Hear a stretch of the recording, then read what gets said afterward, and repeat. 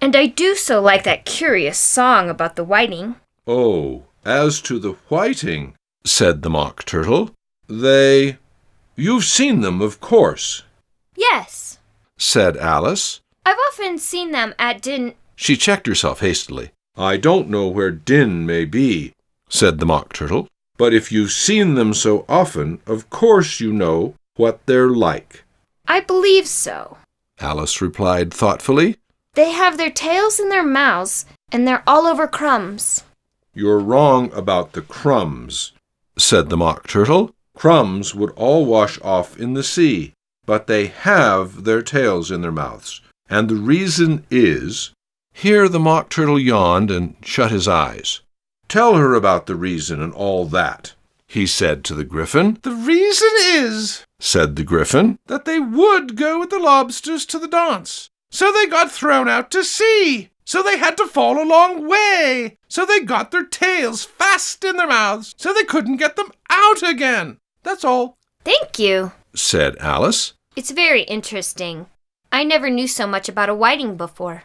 I can tell you more than that, if you like, said the Gryphon. Do you know why it's called a whiting?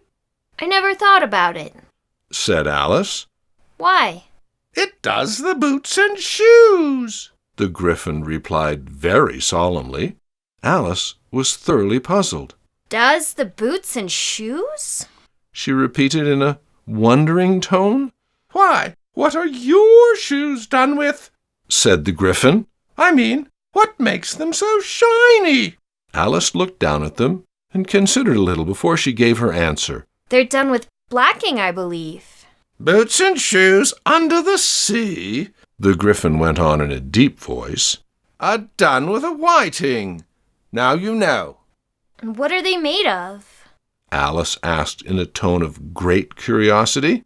Cells and eels, of course, the Gryphon replied rather impatiently. Any shrimp could have told you that.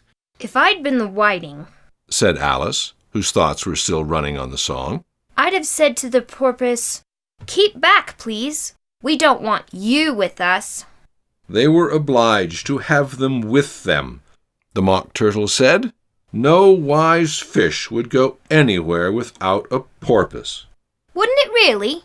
said Alice in a tone of great surprise. Of course not, said the Mock Turtle. Why, if a fish came to me and told me he was going on a journey, I should say, with what purpose? Don't you mean purpose? said Alice.